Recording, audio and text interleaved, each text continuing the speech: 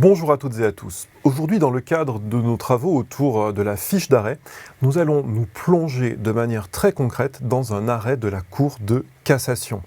Vous allez voir, c'est une prose qui est à la fois complexe, parfois même rétive, mais qui est évidemment indispensable pour tout juriste et notamment pour tout apprenti juriste. Il faut donc apprendre à décrypter ces arrêts de la Cour de cassation.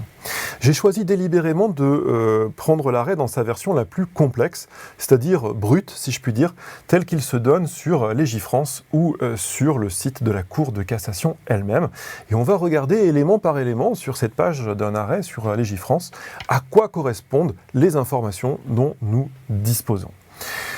Alors si on regarde le titre, eh bien on a d'abord le rappel de la juridiction concernée. Et vous le voyez, cette juridiction ici, c'est la chambre civile, la première chambre civile de la Cour de cassation. La décision, on a ensuite la date, elle a été rendue le 17 juin 2009 et on a son numéro, ce qui nous permet d'y faire référence d'une manière non équivoque. C'est très pratique parce qu'il arrive que parfois la même chambre rende plusieurs décisions le même jour, ça évite des ambiguïtés, des problèmes parfois rencontrés par les étudiants. On a un dernier élément qui peut nous intéresser, c'est que cette décision, elle a été publiée au bulletin. Le bulletin de la Cour de cassation, vous savez, est un recueil qui permet à la Cour de mettre en évidence, de mettre en valeur les décisions qui lui semblent les plus intéressantes, les plus importantes, celles qui doivent avoir le plus de poids.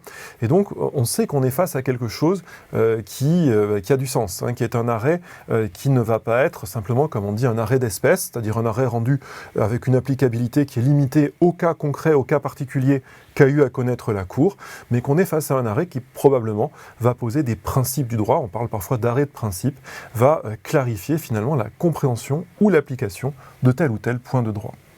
Donc vous avez ici le rappel comme ça des éléments qu'on a déjà mentionnés. On a l'indication de la décision de cour d'appel avec sa date qui est attaquée.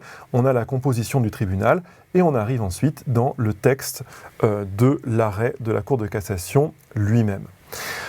Vous savez, le premier réflexe à avoir quand on se confronte comme ça à un arrêt, c'est de regarder si on est face à un arrêt de rejet ou un arrêt de cassation.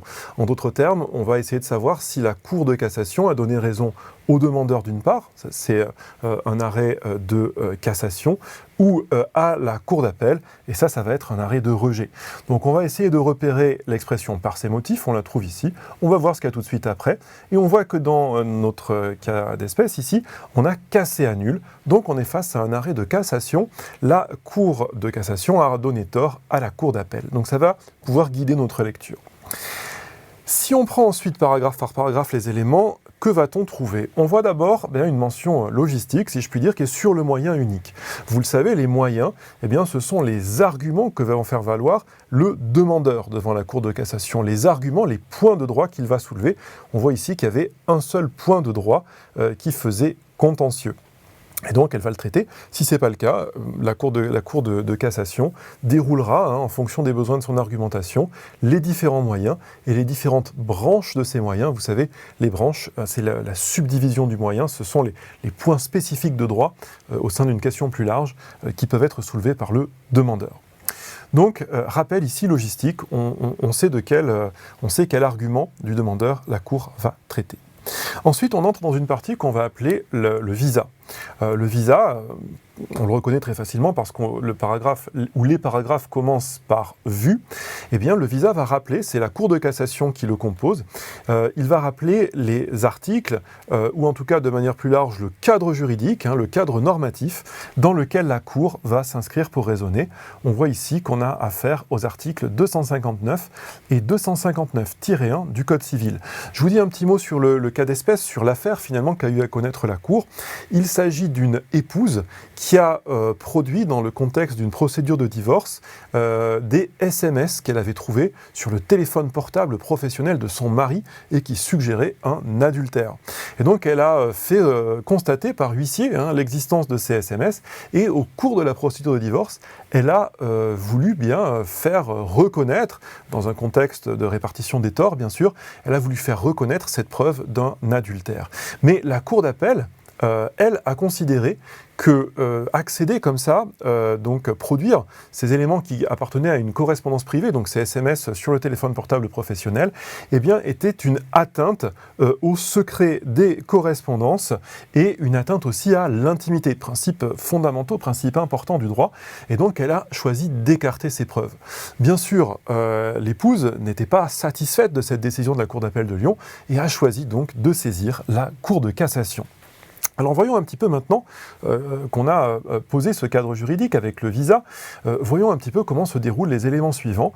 Les paragraphes qui vont exposer la matière, le cœur du contentieux vont tous commencer par attendu. Mais ces paragraphes vont parfois avoir un contenu, une valeur différente. Ce premier attendu que vous avez ici, il est particulièrement intéressant. Pourquoi ?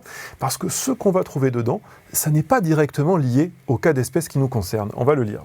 Attendu qu'en matière de divorce, la preuve se fait par tout moyen, que le juge ne peut écarter des débats un élément de preuve que s'il a été obtenu par violence ou fraude. Vous voyez, la langue qu'emploie la Cour de cassation ici est très large. En fait, elle est en train de parler en généralité. Elle n'est pas en train de nous parler du problème de Monsieur X et de Madame Y. Elle est en train en réalité de nous rappeler un grand principe du droit. Et c'est pour ça que ces arrêtés qu'on trouve très souvent juste après le visa, on les appelle, ces attendus qu'on trouve juste après le visa, on les appelle des attendus de principe. Pourquoi ? Parce que la Cour de cassation va rappeler le grand principe de droit qu'elle va faire respecter avec sa décision ici de cassation. Et donc ici, elle va synthétiser un peu le cœur de sa décision. Elle va rappeler que tout juge ne peut écarter de preuves que si il vérifie qu'elle contrevient aux réserves qu'a prévu le Code civil dans ses articles 259 et 259-1, c'est-à-dire qu'on ne peut présenter les preuves que si elles ont été obtenues, on ne peut écarter les preuves que si elles ont été obtenues par violence ou fraude. Les seules preuves qui ne sont pas acceptables sont celles obtenues par violence ou fraude. Ici, la Cour d'appel de Lyon ne s'est pas posé la question, et donc sa décision ne respecte pas le droit tel qu'il est prévu par le Code civil du point de vue de la Cour de cassation. Donc vous voyez ici, premier attendu, un attendu de principe. Le deuxième attendu, comme vous allez le voir, va rappeler à la fois la procédure et les faits du cas d'espèce pour qu'on puisse bien comprendre la décision. Attendu qu'un jugement du 12 janvier 2006, donc qui dit jugement dit décision de première instance, décision faite par le tribunal, là on n'est pas en train de parler de la décision de la Cour d'appel de Lyon encore, jugement du 12 janvier 2006 qui va prononcer un divorce au tort partagé, des époux XY.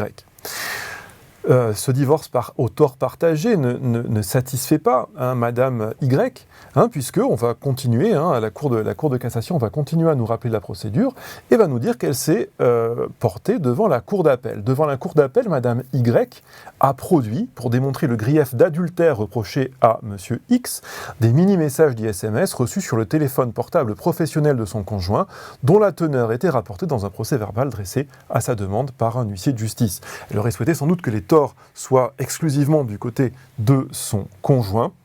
Et donc, on rappelle ces preuves apportées devant la Cour d'appel qui sont au cœur de la décision que va rendre la Cour de cassation. Le troisième attendu, comme vous allez le voir, va principalement porter sur les arguments et le raisonnement juridique qu'a tenu la Cour d'appel. Si vous vous souvenez de d'une autre vidéo, je vous invite à la regarder si vous ne l'avez pas vue, où je vous présentais un petit peu le fonctionnement, les voies qui s'expriment dans un arrêt. Vous savez que quand on est dans un arrêt de cassation, on aura principalement la voix de la Cour de cassation elle-même, bien sûr, qui va apporter ses arguments et qui va citer les arguments de la Cour d'appel. Pourquoi ? Parce qu'un arrêt de cassation, on va critiquer le raisonnement de la Cour d'appel, et c'est logique que ce soit ce raisonnement critiqué qui est la première place. Finalement, comme vous le voyez là, les arguments de la demanderesse, les arguments de Madame Y, ne sont pas très fortement représentés. On n'a guère besoin de les connaître. Donc vous voyez ce troisième attendu que pour débouter Madame Y de sa demande reconventionnelle et prononcer le divorce à ses torts exclusifs, la Cour d'appel énonce que les courriers électroniques adressés par le biais de téléphones portables sous la forme de courts messages relèvent de la confidentialité et du secret des correspondances et que la lecture de ces courriers à l'insu de leur destinataire constitue une atteinte grave à l'intimité de la personne. C'est ce que je vous disais tout à l'heure, cette atteinte à l'intimité et cette atteinte au secret des correspondances, a conduit la Cour d'appel à écarter cette preuve. On va ensuite arriver au cœur du travail de la Cour de cassation, c'est-à-dire au conclusif. Le conclusif, c'est là où la Cour va nous indiquer le raisonnement qui va motiver sa décision.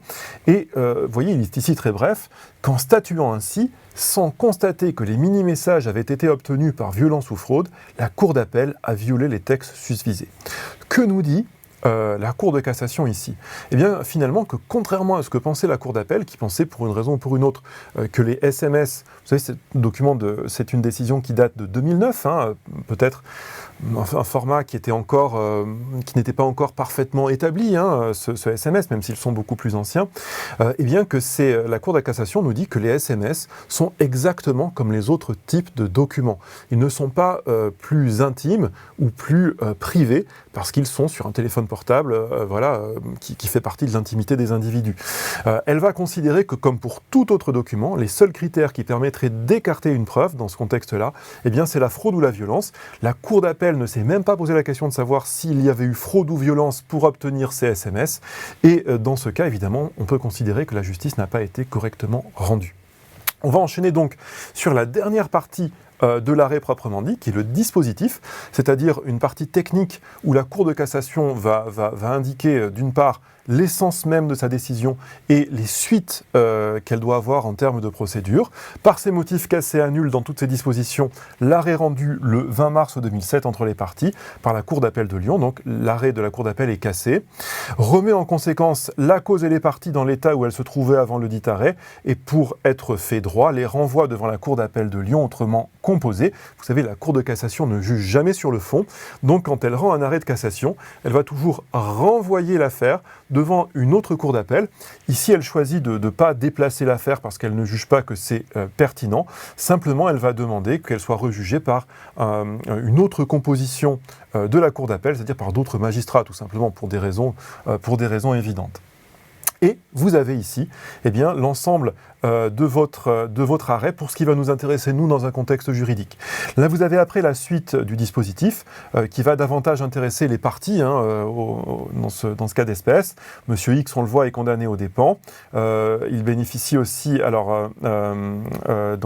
a l'article 700 aussi qui est invoqué. Et ensuite, on va avoir l'aspect plus logistique à proprement parler. L'essentiel pour nous, en tant qu'étudiants en droit, a été dit auparavant. J'attire votre attention sur un élément, c'est qu'à la toute fin ici, sur notre page de Légifrance, vous avez le rappel du moyen. Alors on ne peut pas trop le rater, c'est indiqué un moyen annexé au présent arrêt. Je vous rappelle, le moyen, c'est l'argumentaire du demandeur, ici de la demanderesse en l'occurrence. Donc attention, parfois des étudiants débutants confondent et pensent que cette partie-là est encore sous la plume de la Cour de cassation. On vous rappelle ici simplement les arguments qu'a fait valoir la demanderesse devant la Cour. Ce n'est pas la Cour qui écrit, c'est le représentant de Madame Y. Donc ne confondez pas. Alors parfois, vous aurez d'ailleurs le moyen qui sera rappelé avant. Là, c'est un peu plus facile parce que le moyen est indiqué après. Parfois, il apparaît avant la décision de la Cour, et là, ça peut vous induire en erreur. Donc, soyez très vigilants. D'une manière générale, les arrêts de la Cour de cassation, ça n'est pas une lecture de plage, c'est pas quelque chose qu'on peut lire en diagonale. Il faut faire une lecture suivie, une lecture très serrée, parce que sinon, c'est très très facile de faire des confusions, de prendre une citation de la Cour d'appel. Quand la Cour de cassation cite, elle ne met pas de guillemets. Donc, de prendre une citation de la Cour d'appel pour le propos de la Cour de cassation en propre, ou parfois aussi carrément des arguments du demandeur que vous interprétez comme étant des arguments de la Cour de cassation. Donc faites vraiment attention à ça, soyez attentifs, mais vous voyez que si vous décomposez bien, si vous prenez de la hauteur par rapport à l'arrêt, c'est un exercice qui n'est pas si difficile. Il demande simplement de l'entraînement, et n'hésitez pas bien sûr à consulter nos autres vidéos pour acquérir le vocabulaire, et puis aussi à demander à tous vos enseignants qui peuvent vous accompagner étape par étape dans les commentaires d'arrêt que vous aurez à faire au quotidien.